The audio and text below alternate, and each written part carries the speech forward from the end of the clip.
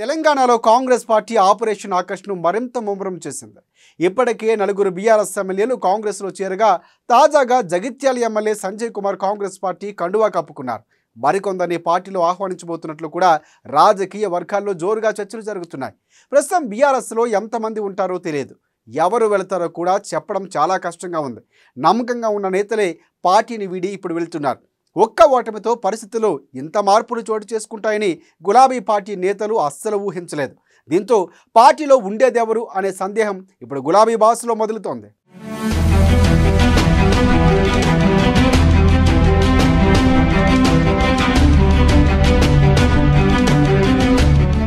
గత 10 ఏళ్లు తెలంగాణలో బీఆర్ఎస్ హవా. ప్రస్తుతం 10 నెలలైనా మనుగడ సాధించగలదా? ఇప్పటికే హస్తం గూటికి 5గురు కారు ఎమ్మెల్యేలు. హైదరాబాద్ లో కారు ఖాళీ లేని గుసగుసలు. కారులో మిగిలేది చివరికి 5గురు మాత్రమేనా?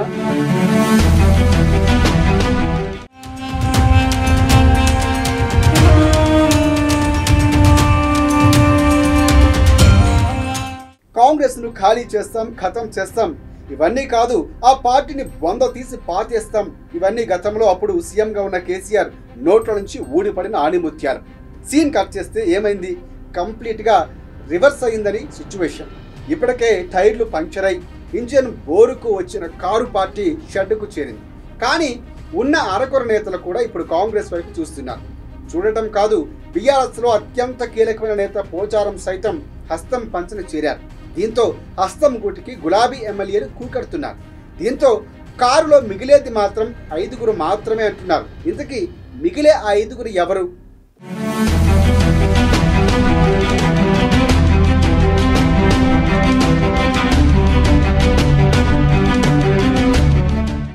తెలంగాణలో దాదాపు 10 ఏళ్లు అప్రతిహతంగా అధికారం చెలాయించిన బీఆర్ఎస్ అధికారం కోల్పోయాక 10 నెలలైనా మనుగడ సాధించగలదా అనే అనుమానాలు ఇప్పుడు రాజకీయ వర్గాల్లో హాట్ టాపిక్ గా మారాయి.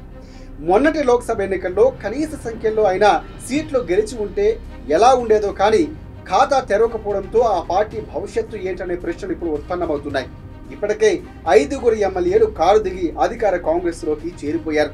మరో 10 మంది ఎమ్మెల్యేలు అదే దారిలో ఉన్నారని కూడా అంటున్నారు.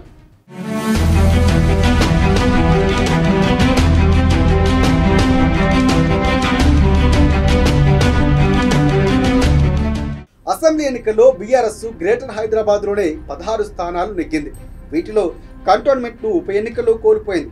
అంతకుముందు ఖైరతాబాద్ ఎమ్మెల్యే దానం నాగేందర్ బీఆర్ఎస్ కు బై బై చెప్పి కాంగ్రెస్ లో చేరి సికింద్రాబాద్ ఎంపీగాను పోటీ చేశారు. ఇక హైదరాబాద్ లోని ఎమ్మెల్యేలు అత్యధికులు బీఆర్ఎస్ కు టాటా చెప్పిన వారే. అసలు ఒక్కరు కూడా మిగలరని రాజకీయ విశ్లేషకులు పేర్కొంటున్నారు. కాగా 2 రోజుల కిందట మాజీ మంత్రి మాజీ స్పీకర్ పోచారం శ్రీనివాసరెడ్డి హస్తం పార్టీకి జైకొట్టారు. మాజీ ఉప ముఖ్యమంత్రి కడియం శ్రీహరి, భద్రాచలం ఎమ్మెల్యే తెల్ల వెంకట్రావు, జగిత్యాల ఎమ్మెల్యే సంజయ్ కూడా వెళ్ళిపోయారు.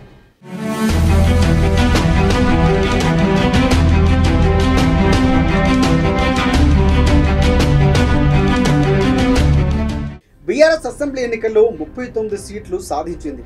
వారిలో 5గురు వెళ్ళిపోయారు. కంటోన్మెంట్ సీటును పోగొట్టుకుంది. అంటే ప్రస్తుతం 33 మంది ఎమ్మెల్యేలు ఉన్నారు బీఆర్ఎస్ లో. అయితే వారిలో గంగుల కమలాకర్ వంటి వారిపై ఊహాగానాలు ఇప్పుడు వినిపిస్తున్నాయి. రాజేంద్ర నగర్ ఎమ్మెల్యే ప్రకాష్ గౌడ్ కాంగ్రెస్ లోకి వెళ్ళినట్లే వెళ్ళి వచ్చేశారు. బీఆర్ఎస్ లో నికరంగా మిగిలే ఎమ్మెల్యేలు వీరేనంటూ ఇటీవలే కొంత చర్చ నడుస్తోంది. పార్టీ అధినేత కేసీఆర్, మాజీ మంత్రులు కేటీఆర్, హరీష్ రావు, జగదీశ్వర్ రెడ్డి, పల్లా రాజేశ్వర్ రెడ్డి మాత్రమే అని చెబుతున్నారు. వారిలోనూ తనపై పార్టీ మారాలంటూ ఒత్తిడి ఉందని పల్లా రాజేశ్వర్ రెడ్డి చెప్పుకొచ్చారు. ఒకవేళ ఆయన కూడా ఒత్తిళ్లకు తలొంగితే మరో ఎమ్మెల్యే చేజారినట్లే కనిపిస్తోంది. అయితే ఇవన్నీ కేవలం అంచనాలే, వినిపిస్తున్న ఊహాగానాలే అని చెబుతోంది బీఆర్ఎస్ పార్టీ.